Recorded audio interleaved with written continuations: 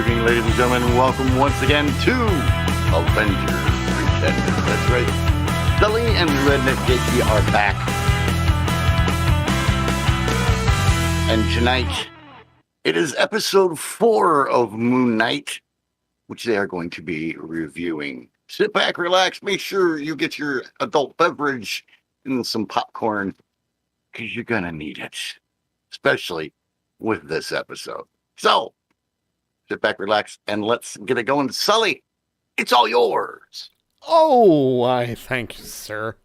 Thank you. Hello, everybody, and welcome to Avenger Pretenders. I'm Sully. That was JT with that wonderful intro. Thank you, sir, as always. Yes, it's wonderful. We're doing our spoiler alert right now. Spoilers, people. If you haven't watched episode 4 of Moon Knight, I can tell you this tends to be the trend, so to speak, when it comes to the MCU TV shows, except for Hawkeye, because Hawkeye was pretty awesome every single episode. Hawkeye was good from the start. So, in my opinion, so was Falcon and Winter Soldier. Yeah, and at this moment in time, it is now the wonderful episode 4 of Moon Knight, which, to me, was a lot better than the previous episodes. It was definitely, we'll use the word interesting. Yeah. And I think interesting is a good word for it. I think that was a very good word for it. I don't think you're wrong in that. I think that, everything up to this point has been a little odd. Very true. And I think part of it has to do with the amount of writers. Oh, did they have more writers on this one than normal? Yeah, they really did. Well, how many did they have? Total from episode 1 to now, Mm-hmm. 1, 2, 3 different writers. And it looks like the show... different directors, sorry. Writers, okay. We had 1, 2, 3, 4, 5, 6, 7, 8, 9. It looks like 10 different writers for this series. For episodes. Now... Or is that overall? That's overall for all 6 episodes. 10 different writers. Okay. Now, don't get me wrong. I'm all for multiple writers. I really am. That's not in question at all. Well, let me ask you this. Do you think that maybe it was because people just weren't coming up with enough good stuff to make this work? Maybe? Or no? I don't know.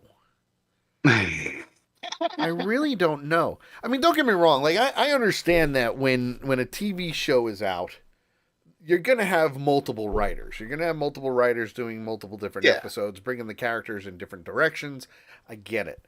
And that's not to knock what's going on here either. No.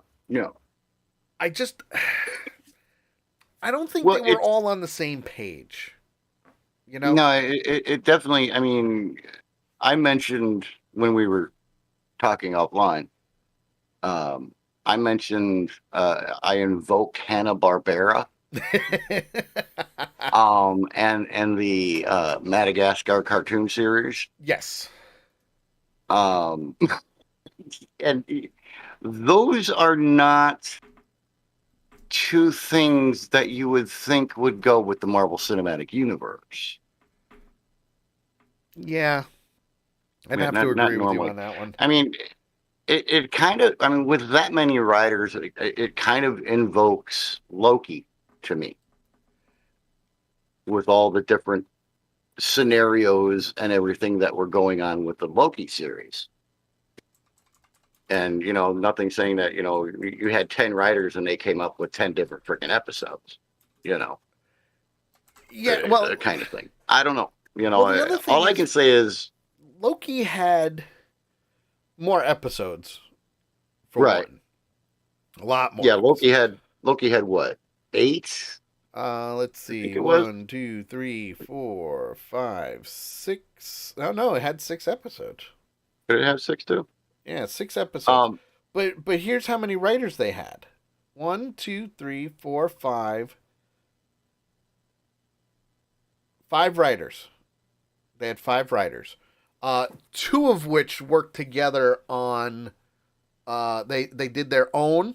They each did their own, hmm, and then they did a joint did a episode between the collaboration. two of them. Gotcha. So, but here's the difference. Hello, Becky.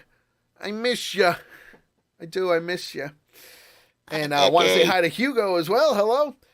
Here's the biggest difference with Loki. And Carol. Carol's in the chat Oh, room Carol's also. in the chat room too. Hi, Carol. Sorry I missed you there. My apologies.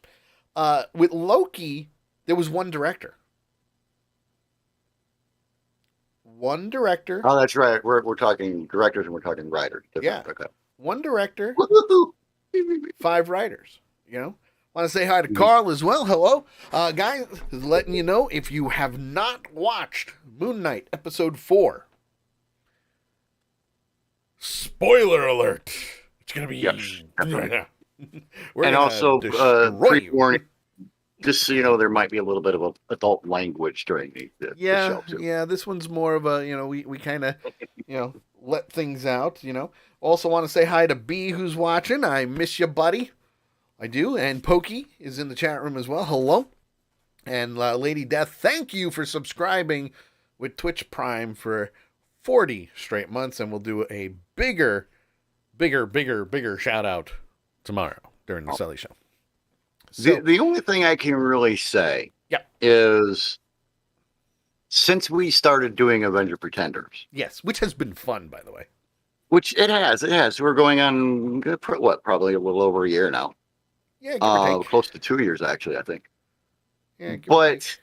with all the shows that we've done and all the episodes that we've watched, Yes. very rarely do you hear anything from me before the show. It's very Right? rare. Let me rephrase. Very rarely do you hear anything from me before the night of the show, unless I have a question. Okay. Yep, that's true. I'll Okay. give you that. Tonight or today, because this actually happened before you got off work today. Okay. You heard from me. I did. You did. I did hear. And all I had to say was simply, This is and greatest reaction, by the way. Greatest reaction. and this is reading directly from the message that I sent him. Wait, give the timestamp. 2:45 p.m. Eastern Standard Time this afternoon. Where I was outside of my daughter's school waiting for her to come out of her classroom, by the way. That explains why you didn't reply until 4:35. Well, I had to go back to work. Right. My comment was simply this. Okay, what in the fuck kind of ending was that? Greatest message he's ever sent to me, by the way. It really was. Dude, I literally sat there through the entire credits waiting for a possible poster end credit scene. Literally sitting there going, huh? What? Okay, backtrack in my mind. Did I see what I thought? Yeah, that was a freaking hippo in an Egyptian outfit. Yeah, that's what I saw. Which we'll get into. We will get into that. So, Nakia simply says, "I'm so lost and confused," and that's okay, because we kind of knew this was what was going to happen. That we were going to get a little bit of taste of everything. And yeah, I think they're doing it on purpose, Nakia. Yes, and the reason that they're doing it on purpose really stems to the whole ending of the episode. So I'll say that this week's episode was definitely more of a feel for, like, an homage to Indiana Jones, the old school mummy movies. Scorpion King. Yeah, Scorpion King, the Mummy reboot, not the one with Tom Cruise, by the way, the one with Thank God. Brendan Fraser there, and the other thing is it gives you that Tomb Raider type feel to it. Tomb Raider, that's the other one I was trying to think of. Mostly because Lady Death, I googled what Egyptian goddess had a head of a hippo. We'll get into it. We'll get into it. I promise. Don't say nothing more. Don't say nothing. Let That's at Sully the end of feel the like episode. Here. let Sully feel like he's a really smart guy. Let me be in control, okay? Let me be in control. You're not even in control of yourself. And thank God for that, because man, life would be a little boring if I was. I'm just saying, I wouldn't be doing these shows. Also true. So in the episode takes place directly after the last episode, where we saw Grant and Steven lose the Moon Knight powers. Moon Knight, what's his name? Khonshu got trapped, or I don't want to say trapped, imprisoned, and yes. They said, hey, you got to tell Grant to free me and all that good stuff. So we're still in the middle of the deserts. It's nighttime now. The disciples of Ammit are going after Steven and Layla, and this is where we finally see Layla start to really kick ass, which is great because she's a great character in and of herself. She is, but I do have to say this. Yeah. Okay. Up until now, yes, Layla had not fallen into, for me, the category of female archaeologist kind of thing. Okay. Up until this point, she had separated herself because of the way that she acted.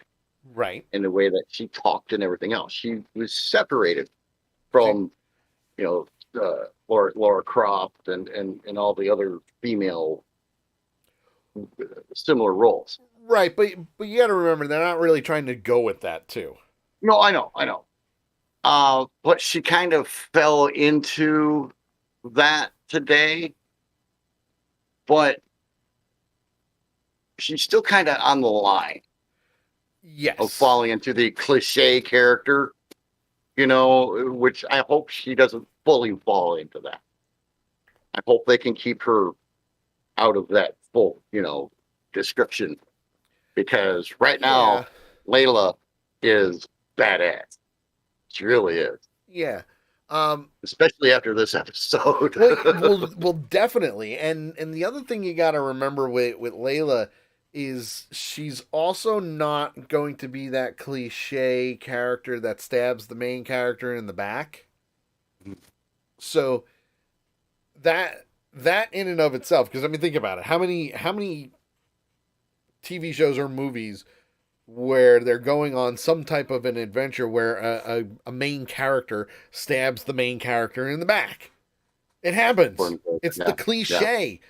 Everybody, it happens in Indiana Jones. It happens in Tomb Raider. It happens in The Mummy. It's the cliche way of doing things.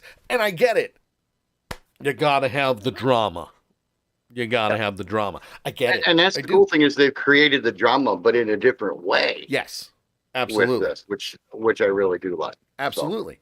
So from here, Layla is getting to the point where she is now taking out the disciples of Ammit, and I mean, she's taking them out. She's when you blow up a box full of 50 cal cartridges with a flare. Let me clarify. Not cartridges, rounds. Rounds. Yep. Pretty much anybody in the general area is going to be meat chunks. Yeah. After that. I mean, I think I'm a little disappointed that the car itself did not blow up. No, it should have. But it did become really Swiss cheese. Without a doubt. And the only issue I have with that, and you mentioned it, the only issue that I have with that scene is I'm sorry, but a flare is not No. going to cause those rounds to go off. But as No. soon as they did that, I went, come on, guys. You'd have had a better chance if she'd have thrown a Molotov cocktail. Now, I'll even go for a stretch here. Okay. And here's the stretch. Don't hurt yourself. Oh, no. This is a good stretch. You're going to love this one. So, Okay. the only way I can actually see this physically happening Mm-hmm. is if those bullets were made by Hammer Industries from Iron Man 2. It's the only way I can see it happening, because you know it's not going to be a Stark Industry bullet. You know it's not going to be Stark's. They did look kind of, they may have been like, Russian 1942 era, because they didn't have the shiny brass cartridge. They had the old dull green cartridge or a casing on it. Which in this case could potentially happen. Potentially. I still had to throw the flag on it. But that's the thing. We're stretching this. We're definitely stretching it. And at the same time, we're saying to ourselves, all right, this is still technically a comic book and a comic movie. So, yeah, it defies all the laws of physics. Well, yeah. I mean, it's basically a movie. It's a TV series. So the laws of physics and all that crap really don't apply. Absolutely. So the rules don't apply. We let it slide, but I was still like, oh, come on, man. You could have done something better than a freaking flare. But any military personnel or explosive expert will flat out say, no. What the hell? Let me sit there. What the hell? No. Not happening. No. So, but to fall into the parameters that we should be within. Yes. It was awesome that the flare set off all the rounds and killed all the profits of that. Yes. And I love seeing the bullets go through the windshield and guys getting shot out of the freaking door. It was great. To me, the coolest thing of that whole scene was how she grabbed onto him and played Roll Down the Hill. Yes. That was cool. Yes. So from there, Grant is out cold. He's the power being sucked from him made him really tired. Yeah, I'd be a little tired too. But afterward, I'm not going to go in the way my brain wanted to go with that. So. Afterward, he wakes up and he's next to Layla, and Layla's kind of like, "Oh, you're awake, okay," And from there, we see them traveling through the desert, and Grant tells Layla that him and Mark have a deal that Grant is going to take over. That was the deal. Grant's done. And it's all because once they're done with Amit, that Mark will disappear from his life. Although that's not going to happen. Yeah, Layla pretty much calls bullshit on that one from the start. Yeah, which is perfectly fine. Yeah, perfectly fine. It's all a matter of the perspective, and Layla's kind of seeing through the bullshit. Well, I mean, she knows Mark. Yes, she knows how he likes to spin the web of confusion and lies. Right. And the fact that Steven's kind of got an idea that Steve is kind of, a straight up guy kind of. Yeah, and the fact that Steven's doing it now, that kind of throws things for the loop a little bit, Yeah. So while they're traveling through the desert, they find the dig site where Arthur Harrow and his men have gone into the tomb, and while they're looking for supplies, they're telling... There's a lot going on between Mark and Grant, really. Because Mark is flat out telling Steven, hey, you got feelings for my wife. Not even beating around the bush. Just I'll kick your ass from the inside. Yeah. And, well, he pretty much does. Because they get to the point where, as they're finding supplies, both Stephen and Layla kiss, and as Layla goes down into the tomb, Mark starts kicking the shit out of Stephen. It literally throws him into the opening for the pit. Yeah. Just, Grant ah! Grant proceeds to tell Mark that he left Layla, which yeah he did, but for good reason. Yeah, he Because left he her was to protecting her. protect her. Right. And from there, we're seeing more and more blood spread out through the camp. Yep. More and more sharp objects with blood on it. Well, and that was the thing that really caught my attention is when Layla and Steve were standing up on the cliff. Yep. When they found the dig site and they were looking down, even though the majority of your staff, when you're doing this kind of dig, the majority of your staff is going to go into the site. Yes. You're still going to have people outside. Oh, yeah. You're still going to have people taking care of things and packaging stuff up and doing this, that, and the other. Making sure supplies are good. Exactly. And it was completely deserted. It looked like Jonestown is what it looked like. Well, it looked like Chernobyl after we... Or Waco. 3 Mile Island. That works. Yep, we're reaching, folks. But, I mean, it was just no sign of life at all. Yeah, no, there was nothing.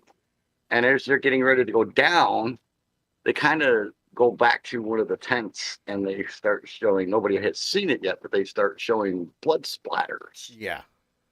And one really funky looking knife.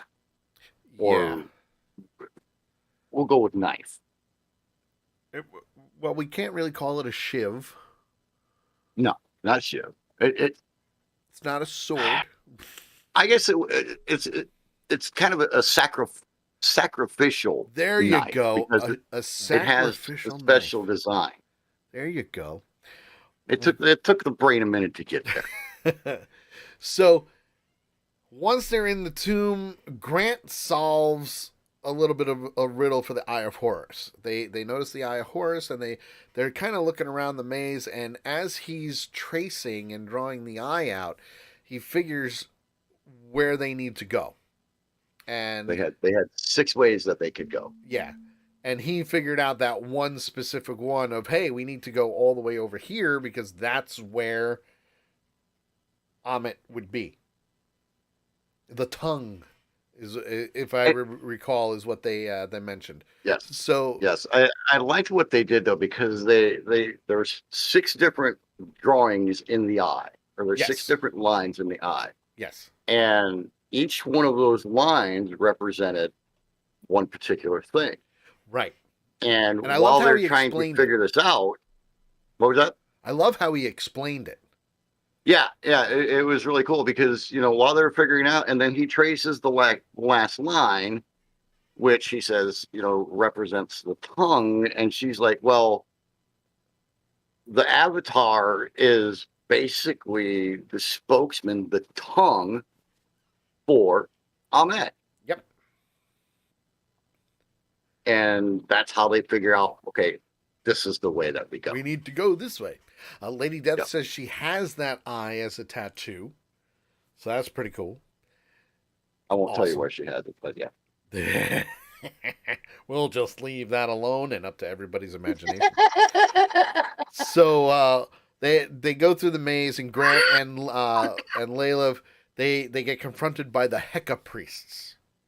Now the Heka priests in ancient Egypt, because I also had to look this up even though they explained it in the show, they're the ones that get buried with the king or the czar or however it is to protect that person in the afterlife. The bodyguards. They're the ones you don't want to mess with.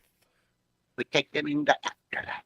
Especially when one of them kills Billy Fitzgerald, which, if you notice, you remember from last episode, Billy Fitzgerald was one of the ones that arrested Stephen, so to speak. Even though he was also the guy that the shaman shook hands with. Yes. When they found the site. So now, like, this is probably one of the gruesomest parts. You're seeing the priest ripping out the insides of Fitzgerald. And granted, they're not showing the insides getting pulled out. You know, if it was a horror film, yeah, you'd probably see that. But you see them pulling out the organs and putting them into a bucket. Well, and here's the thing: is he was using a knife that was exactly like the one that was found or seen. Yes. Up at the campsite. Yes, absolutely. And he was putting them in if you notice when they were looking around the table, there were jars. Yes. That were around the head of it, and some of them had blood on it. That's what he was putting the parts into. Have a good night, Carol. We will see you tomorrow. Absolutely. Enjoy your knitting. And Lady Death says she loves that part. So, but again, it was pretty cool. In ancient. Well, and the thing you got to remember is that Layla at that time, because Stephen by then was up on the platform. Yes. And Layla was still down on the ground near the sacrificial altar. He said, "Yeah, right by the altar there." And Stephen goes, "Hide." Well, most people would like run somewhere. She ducks down behind the altar. Well, I mean, she did hide. She listened. Yeah, not exactly the best hiding place in the world, but I understand. You know, instant reaction is hide, duck. You know, but now you have the problem of they get separated. Mm-hmm. I'll find you. Run. So she beelines it. He crushes the priest, by the way. Yes. By pushing another corpse and table on top of it. And they land on top of the altar. And squish them. So now the priest is chasing them, and once they're split up, Layla basically finds her way through to another cavern where there's only one way to go.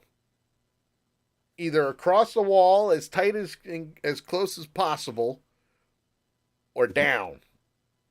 Yeah, way down. And it's a big drop.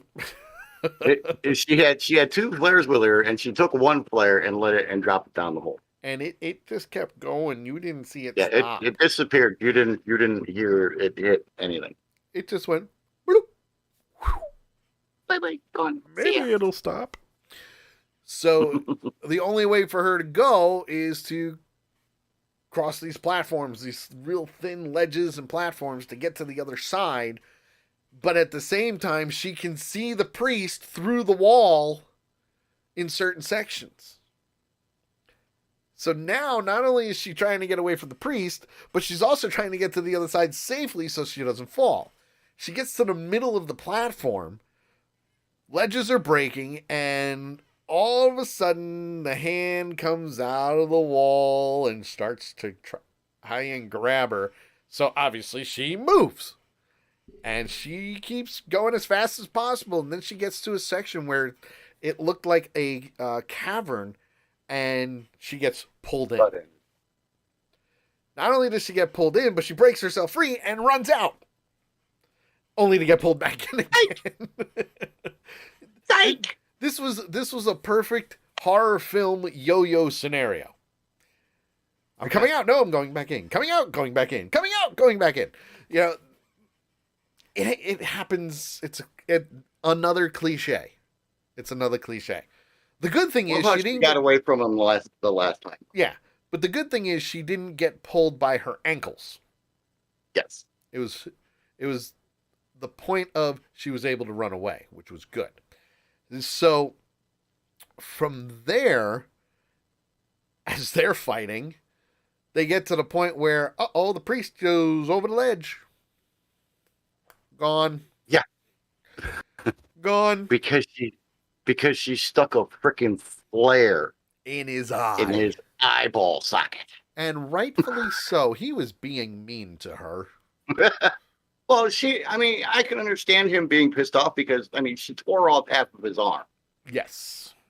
in her attempts to escape. So I can see him being a little bit more upset than he was initially. Because Yeah. initially it's just like, oh, you're in my tomb, you cannot survive. Yeah. Now he's like, bitch, you tore off my arm. Like, how dare you? Yeah, that's a holy arm. Give it back. Well, from there, we cut to Grant, who finds a tomb, but not just any tomb, the tomb of Amit, or so he thinks, until he starts seeing all the hieroglyphics, and he flat out says, "This can't be. Is it possible that we just found the lost tomb of Alexander the Great?" Yep. A twist. Very good twist, mind you. What a twist. What the twist? What a twist.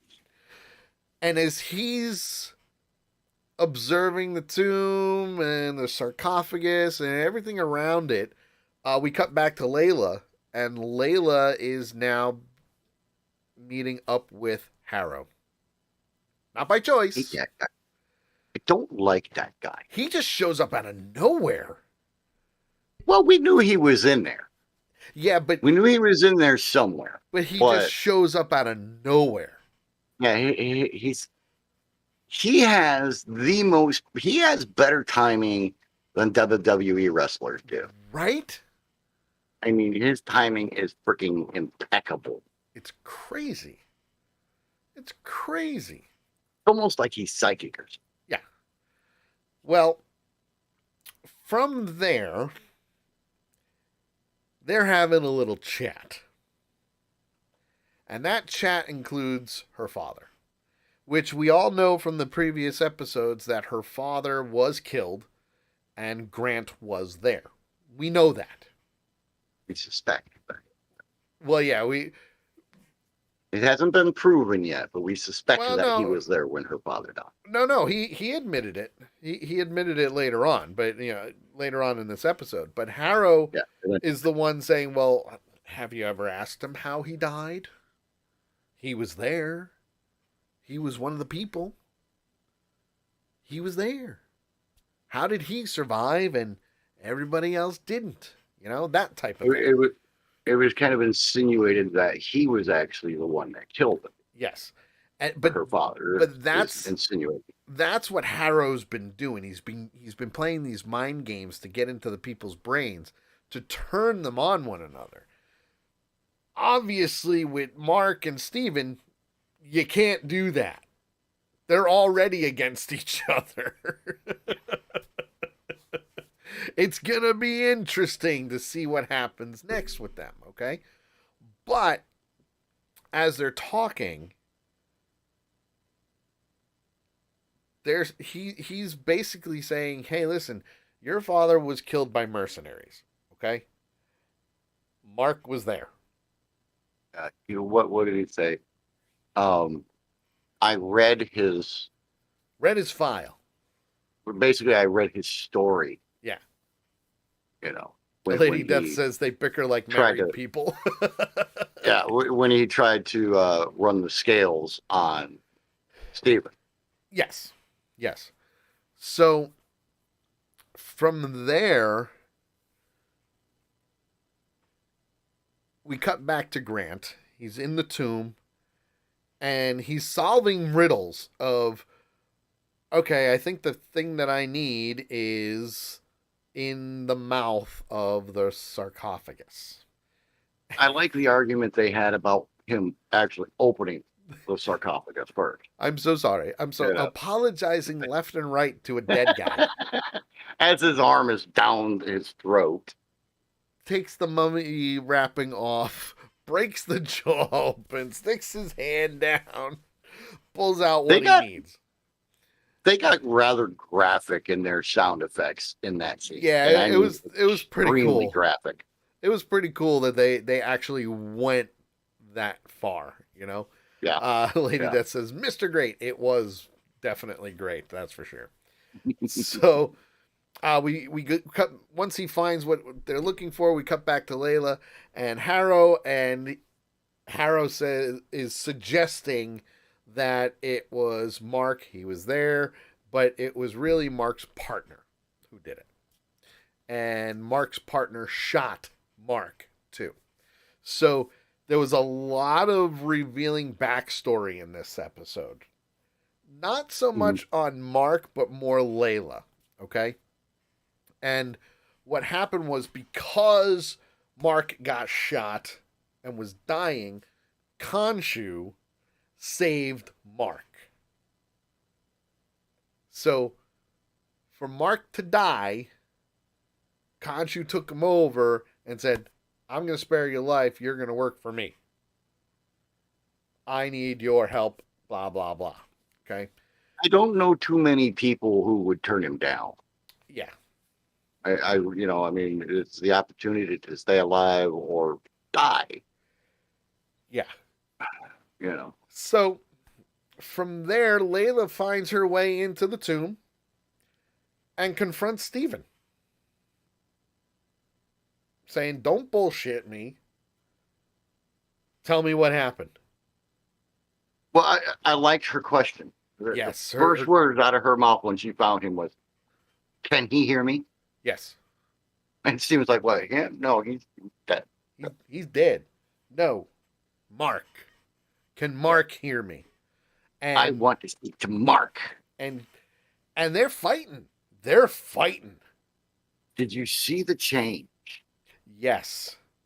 The facial expression, the eyes rolling in the back of the head. Yeah.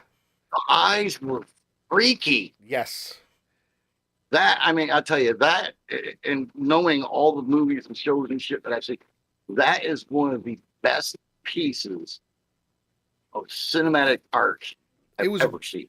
Absolutely a great transition. It really was. It was. And he played it beautifully. And it was better than the previous episodes when Mark and Grant kept switching. Oh, yeah. So you never saw anything. Right.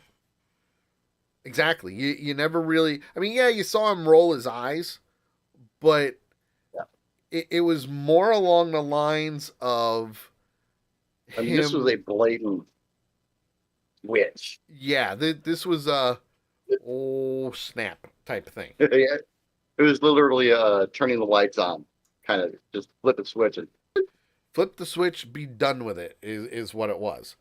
So now she's questioning Mark. She's actually talking to Mark now, and Mark is flat out saying, "I was shot. This is what happened, blah, blah, blah."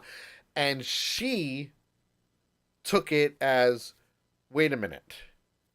You found me because of my grandfather." Not grandfather. Father? Father. Sorry. Father. Yeah, you found me because of my father, which means you married me because you were guilty of this. That you felt guilty of. And, oh boy. Yeah. Well, and this is literally where you hit a Saved by the Bell. Yes. Scenario. Yes. Because who walks in?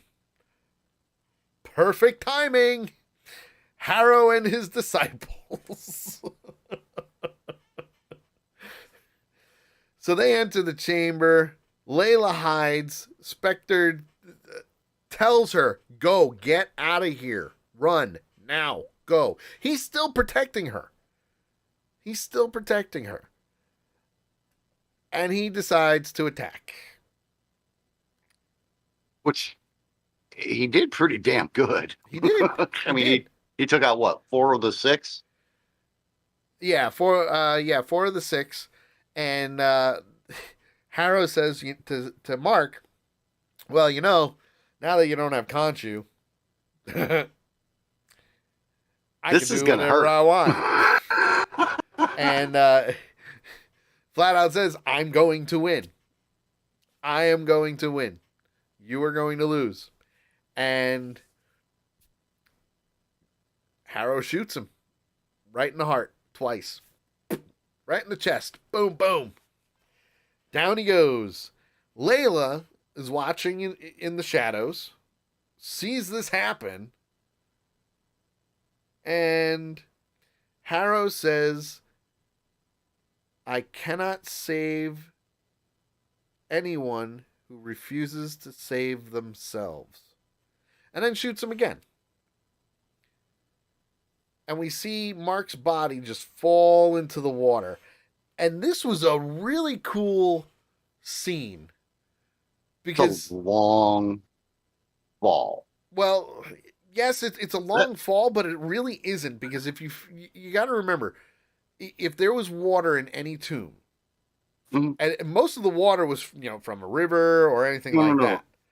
I just mean from getting shot second time to hitting down. water. Yeah, it felt like it took 5 minutes for him to hit the water because it was all slow motion action, but. You got to remember those water troughs are not deep. Yeah, no. His body can fall in there, and his head would still pretty much be out of the water. Well, and they showed that at first. They showed because like he was in it, and the water like was surrounding his face, right? But and that kind of thing. So he wasn't fully under, right? But with the splash did that transition where he was going deeper. Yeah. And it looked like his whole body was just sinking into an ocean. Yep. Until he wakes up.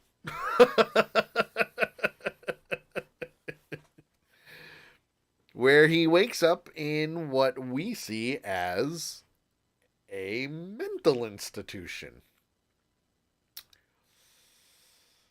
Not only do we see him, but we see Layla. We see people from the first episode like Bertrand. We see Donna. They're all patients of the hospital. And we also see a TV/movie being on. And that movie is called Tomb Buster, where the main character's last name is Spectre. No, sorry. Stephen Grant, right? I think it was Stephen Grant. Shit. I don't remember. Hold on. I think it was... No, it was Grant. And the reason it was Grant is because Grant was the ancient Egyptian Indiana Jones type person in that movie. But it was Mark's favorite movie. So for us, as the viewer... Yep. Lady Death says it was Grant. Thank you for confirming. For us as the viewer, we're seeing he's in a mental institution. Everybody that he's been talking to is a patient, and now we don't know what is real and what's not, because not only that, but he is now talking to Harrow, who's a psychologist at this mental institution. The doctor, so to speak. Well, and the doll was a very interesting thing to me. Yeah. The doll, he's in the wheelchair, and it's kind of they set him in front of his favorite window kind of thing. Yep. And he had a Moon Knight action figure. Yeah. Yeah, he sees his image in the glass. And he stands up to try to get to Mark. Yes. And, well, he's tethered to the chair. And the chair falls over. Locked, so, boom, he hits the floor. Well, they get him back in the chair. But there is a Moon Knight action figure. Yeah. Laying on the floor. And you're saying to yourself, what? That he dropped. Like, what the hell? Exactly. Now. And he never picked it up.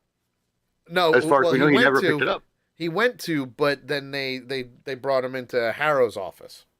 Mm-hmm. Now, I'm sure at this point in time, JT was going, what the fuck? Like, what the hell? When I saw it, I went, ooh, this is gonna be good. We're finally gonna see something. We're gonna see something that it's just gonna throw us for a loop. And if Sully sits there and goes, "Oh, this is so cool," you know, in this case, JT is sitting there going, "What the fuck is going on here?" Which I mean, it's an honest assessment, right? Well, that's the thing. I cannot deny. You're not wrong, because that just backs up the comment that you sent me after you had watched it about the ending. So for me, I'm saying to myself, oh, I wonder what they're gonna do next. You know, is this Right. reality or is this all in his brain? You know, but JT's going, huh? What the? Wait a minute, we were just there. Like at this point, I still was not at a what the fuck moment. right, not yet. I Anyway. wasn't quite. I was like, okay, this is weird, but I understand kind of what's going on here. Right. I think. No, I'm pretty sure you know what's going on. No, I was way off on what happened. So I was in the right hemisphere, just the wrong country. yeah. Put it that way. So while they're in Harrow's office, they're talking, and Harrow's flat out saying, "Listen, I can't help you unless you want to help yourself. There's nothing I can do about this." And he starts waking up, like the drugs are starting to wear off, so to speak, for him. And this is where, to me, I'm saying, now this is all in his head. It's all in his head. And while he's talking, he's finally realizing that Harrow shot him. Not once, but twice. You know? And this is where the things go even weirder. At least for JT, anyway. You know, Well, I don't want to... even for Nakaya. Because Nakaya just said, I was all kinds of what the effing almost the whole episode. Well, Harrow escapes the office, takes out a few guards, and he sneaks into a room. And it just so happens that in that room is Stephen Grant. And yeah, we want to be a little more specific. No, it's Stephen Grant. It's him as Stephen Grant. Oh, where was a sarcophagus? Oh, yeah, yes, you're right. That right. Something inside was pounding on the top. Let me out of here. Yeah, exactly. Me, I'm sorry. I would not open the damn thing. I would say, forget you. I'm gone. Bye. You know? See you later. Gone out the door. I wouldn't even say that. I would just be. But no, Steve has to open it, and who pops out? Well, but that's the thing. In this case, Mark was hearing his voice in that sarcophagus, so you have to. You have to. And when Stephen came out... Steve was hearing it. You know, when Stephen came out, it was... What are you doing here? You know? Isn't it the other way around? Isn't it Stephen that's... Because No, Stephen's in the white. No, it was Mark. Mark's in the white. Is it Mark that's in the white? Okay. Yep. Mark was in the white. Because I was thinking Stephen was the good guy, so he was in white, and Mark is the bad guy, or the bad guy. Well, so he was in black. We haven't even seen that personality yet. But we know. But yes, we know. We know he's a bad guy. So the two of them are trying to get out now. They're trying to escape. They want to work together in order to fix this. And as they're running, they're trying to escape what they think is a hallucination. And this is where JT went ballistic. This is where I freaking lost it. This is where I invoked the names of Hanna-Barbera and of the Madagascar cartoons. I had to. It's the only thing I could think of. Well, for you, this is Yeah, where the yeah, for two me. of them run into a hippo.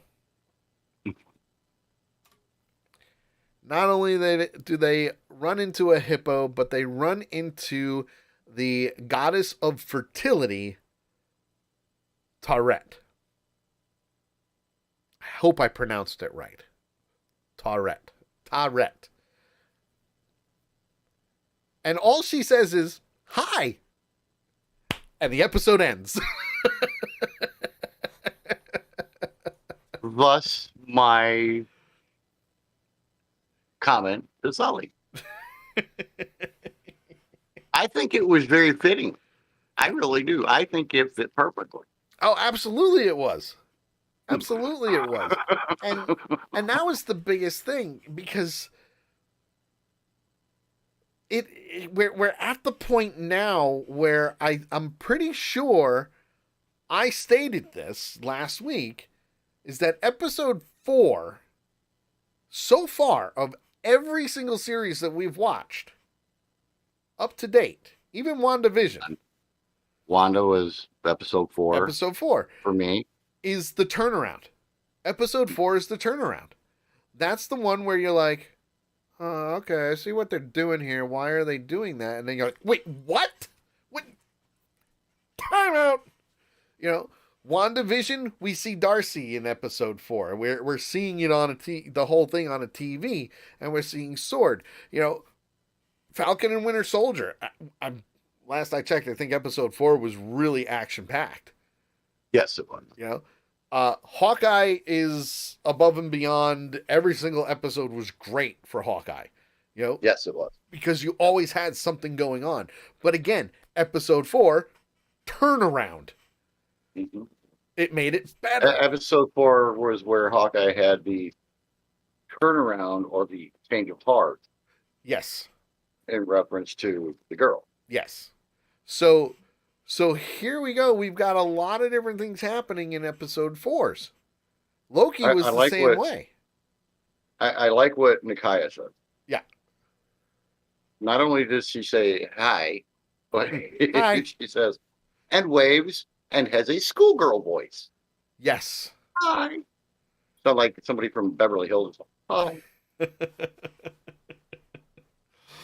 So now we get to the point where, you know, there's some Easter eggs, not a lot, but there's some. And if you go back and watch it and pay attention, you'll see the bullet holes that went through the truck. The truck they were driving, not the truck the disciples were driving. The bullet holes, they match up where, like on that star map, they match up on the star map. I mean, it's not a big thing, but again, it's I kind of noticed that too. yeah, it's interesting. When Grant is in the tomb, he mentions what's his name, Tutmos II and Nefertiti. You know, going back to ancient Egypt and so on and so forth. You've got Yeah, I think he was kind of guessing at whose tomb it could be. yeah, and that's when he discovers that it's all for Alexander the Great. And even he says, and I quote, "First one in, tomb fit for a pharaoh." Then it's showing a horse, then the soldiers, and he flat out says, "Oh, it's going to be one of the big ones. It's a big one," but it wasn't.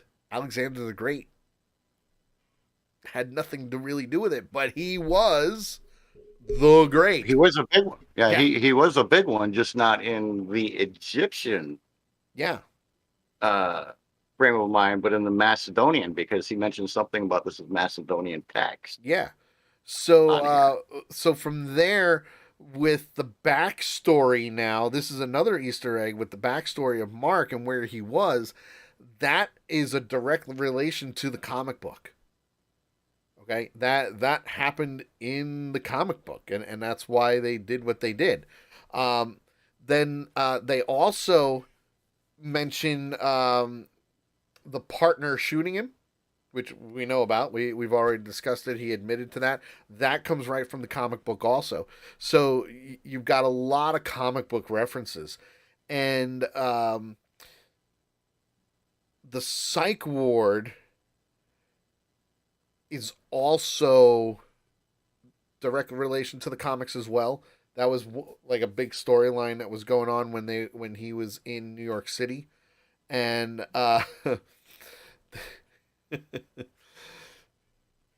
the bingo player, the person calling out bingo, the old person or woman or whatever, was actually the same actor who was playing the gold statue in the first couple episodes.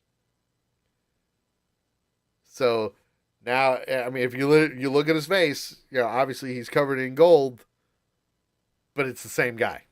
Okay, and he calls B-22. Yep. B-22.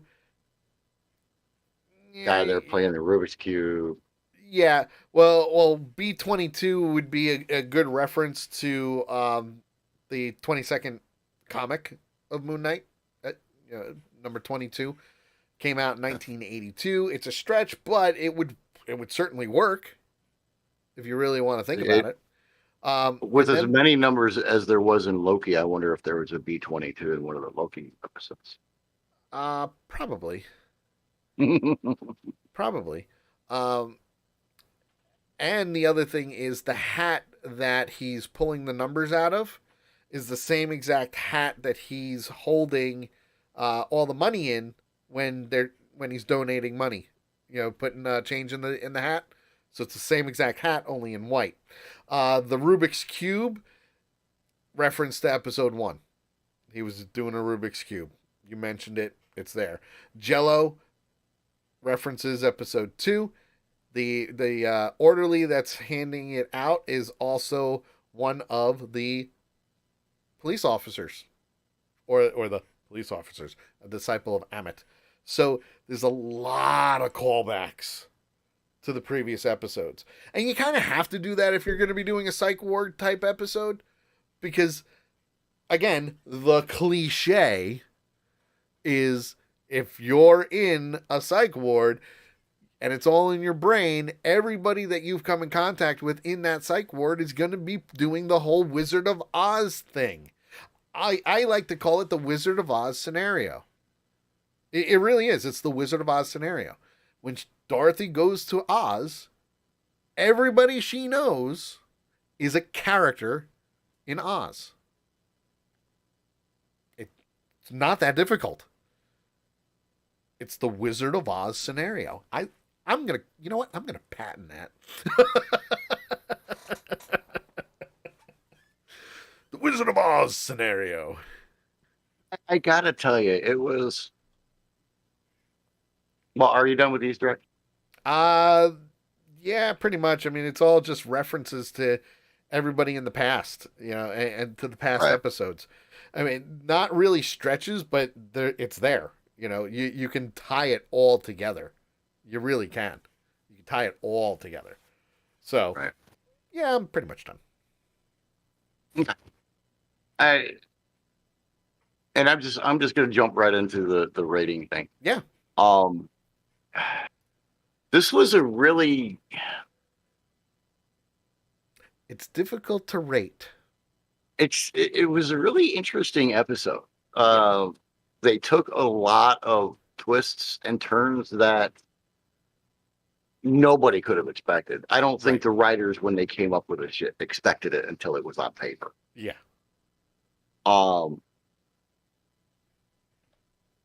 The jump into the psych ward, after he falls deeper into the water and everything. Yes. That was strange. It really was. The whole psych ward thing was just really strange. And like we talked about before we came on, I had to keep reminding myself that all of this is truly happening in micro milliseconds. This is all happening faster than the blink of an eye Yes, hands down. when it comes to time relation. Okay, time relation to Stephen as he's falling down into the water, and compared to the time relation for Layla, who's sitting there freaking the hell out. She hasn't even had the chance to take another breath yet. And all of this is happening. I have to keep reminding myself of that. Because in the back of my head, there's a little voice back here going, what the fuck is going on with Layla? What the fuck is going on in the tomb? And I'm telling myself, shut the hell up. We'll get back there. Well, I mean, she's just there. I thought we would get back there this episode until the fucking hippo showed up. And then you went, shit. The way they did the hippo. Yeah. It was so innocent. It is the most redneck way they could have done anything. That is the only comparison I could make it to. Which is where you get redneck thrown. way they could do something where, you know, you're sitting on the shitter in the outhouse and grandma opens the door. Hi. Hi. Don't forget to wash your hands. And it wasn't even a fade to black. It was a cut.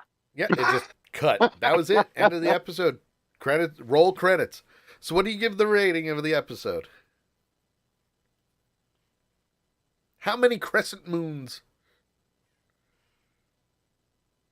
Until the last 2 seconds of the episode, I was sitting about a 2.5. Okay. 2 3/4.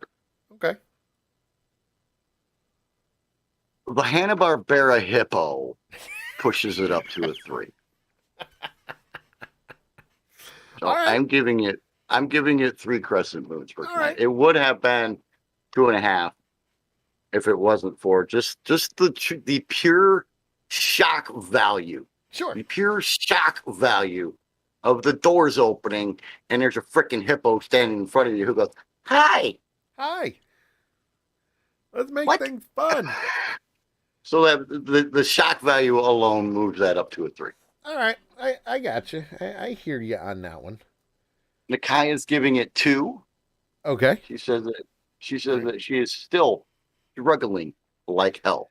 Yeah, the episode. and you know, a lot of people still are, which it's perfectly fine. Like it's But that's It's what makes you different. come back for episode Yeah. 5. it's different, and that's the cool thing about it is that it's different.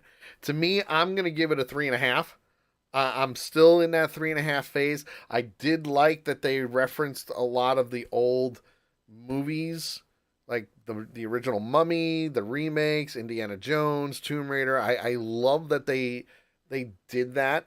I'm glad that they haven't done the cliche of the main character being backstabbed by another character that's part of their team. That's a huge pet peeve of mine. But obviously I do have to deduct points for, as I call it, the Wizard of Oz scenario. It's, you know, it's really. But do you think it's something that they could get away with not doing in this scenario? Do you think it's something they could get away with not doing that? Probably not. In this type of scenario, probably not.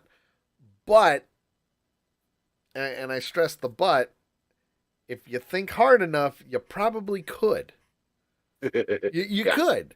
You know, You and I could come up with something. yeah, and You and I could come up with. and for me, and don't get me wrong, I'm not knocking the Wizard of Oz scenario. I'm not. I'm not knocking it at all.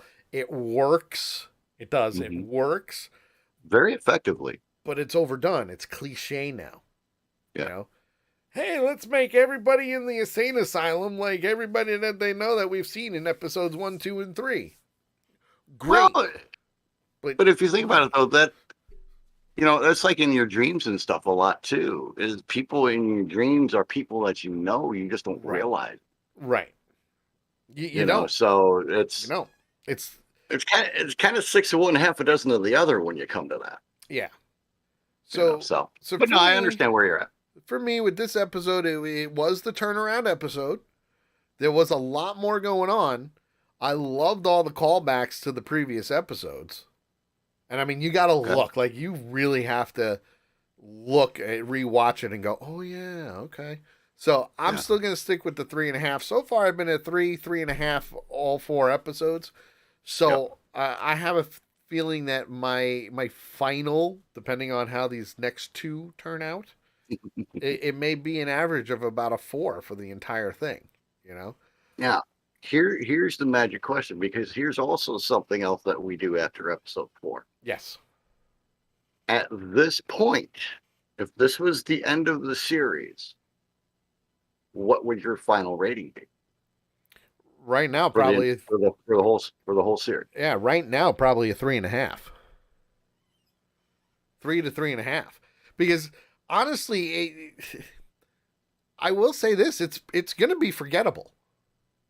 Oh yeah. And that sucks, because Oscar Isaac is doing a great job doing the split personalities and being Moon Knight. He really is. So there's the nothing question against. Is, since we know they're bringing Moon Knight in. Well, yeah, they already did because of the series. You know, right in the in the MCU movies.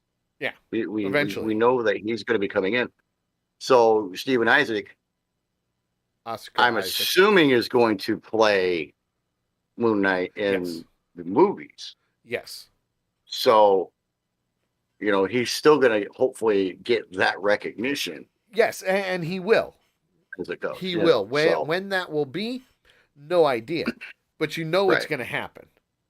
You do. He is an Avenger, so it's going to happen. When it's going to happen, no idea. You don't think it'll be in the multiverse? I don't know, but Doctor Strange? I'll find out in a couple of weeks. Because Doctor Strange in the Multiverse of Madness does come out very soon. Comes out the first week of May, I believe. So, and for me, possible. I'm sitting at 2. Well, right now. But you got to remember, 2 for this is actually a good score.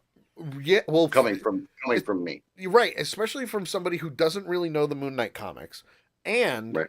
you're also on the outside, and you don't like the ancient Egyptian type of storylines, depending on what it is, Right. So for you, with what you're doing and how you're viewing it, you're actually doing really good. I think if we were to interpret this into a series that I liked, it would probably be equivalent to like maybe a 4 or 4.5. Okay. All right. Right, because again, you don't normally like the ancient Egyptian type stuff. So a lot going on there. A lot going on. Yeah, there's a whole lot going on. It's going to be interesting to see. I mean, they've only got 2 hours left. Yeah, pretty much. Or maybe an hour and then like an hour and a half or something like that. I don't know, but it seems like they're sticking to the 45-minute to 55-minute range of shows, which is great. They've only got about 2 hours left to exactly tie this up in a neat little bow just in case it doesn't get renewed. Right. But at the same time, set it up to open things up for season 2 if it does. Right.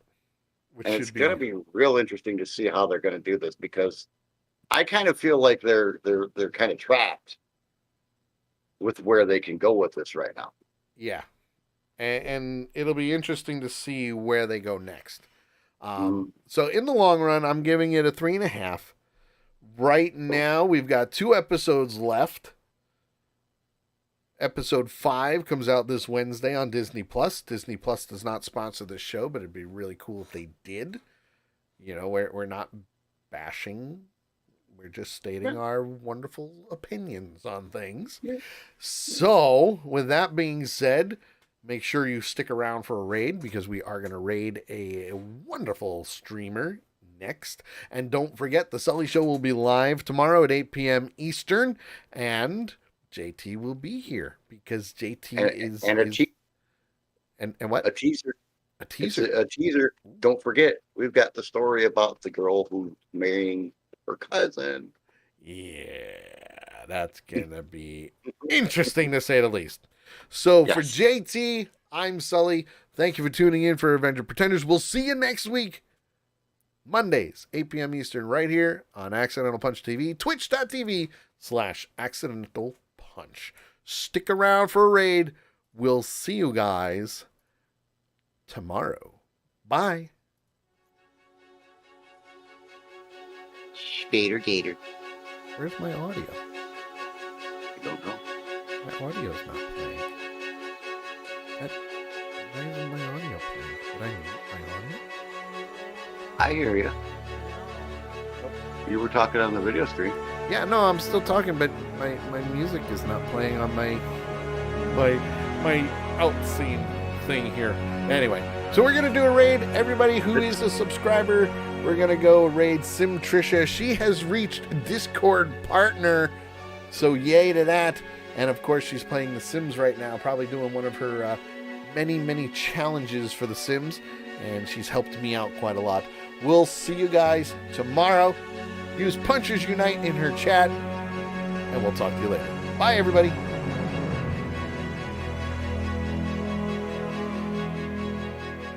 raid in 6, 5, 4, 3, 2, 1. Woo! Start the raid. Bye.